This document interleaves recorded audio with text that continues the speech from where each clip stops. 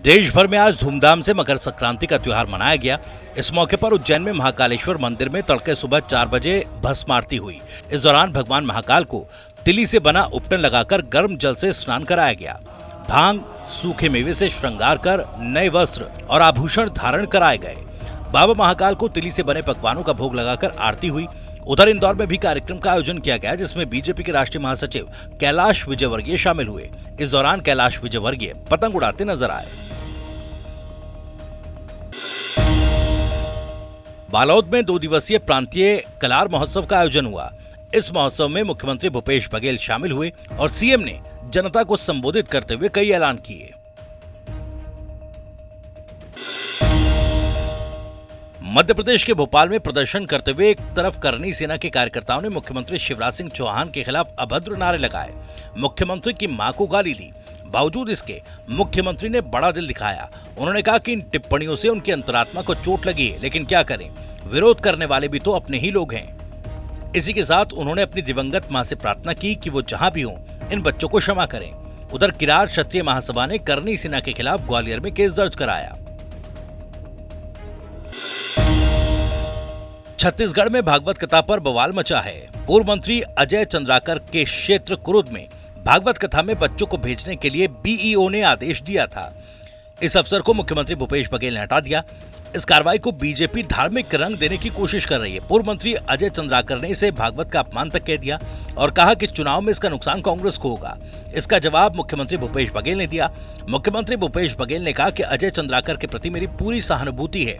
उस बेचारे को न नेता प्रतिपक्ष बनाया गया, न संगठन में कोई जगह मिली।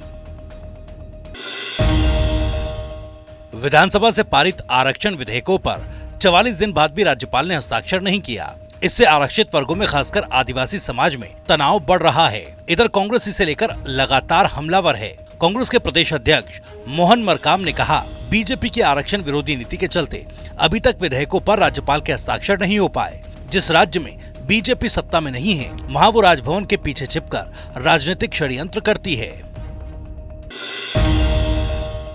छत्तीसगढ़ के पूर्व मुख्यमंत्री डॉक्टर रमन सिंह ने धर्मांतरण को लेकर छत्तीसगढ़ की भूपेश सरकार पर जमकर निशाना साधा। उन्होंने आरोप लगाते हुए कहा कि कांग्रेस सरकार में प्रदेश में जमकर धर्मांतरण हो रहा है।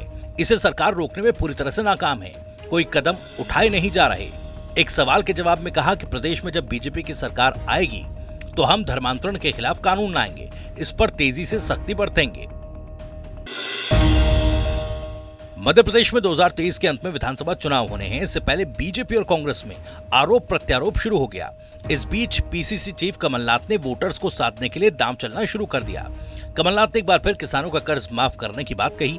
उन्होंने कहा कि प्रदेश में कांग्रेस की सरकार बनने पर किसानों का कर्ज माफ किया जाएगा। दिल्ली और प्रयागराज की तर्ज पर अब मध्य प्रदेश के सागर में भी कुत्ता पालने पर लोगों को टैक्स देना होगा। ये व्यवस्था फिलहाल मध्य प्रदेश के सागर में लागू होने जा रही है। इस मामले में सागर नगर निगम की ओर से आदेश जारी किए गए। इससे पहले मुद्दा नगर निगम में आम सभा की बैठक में रखा गया था।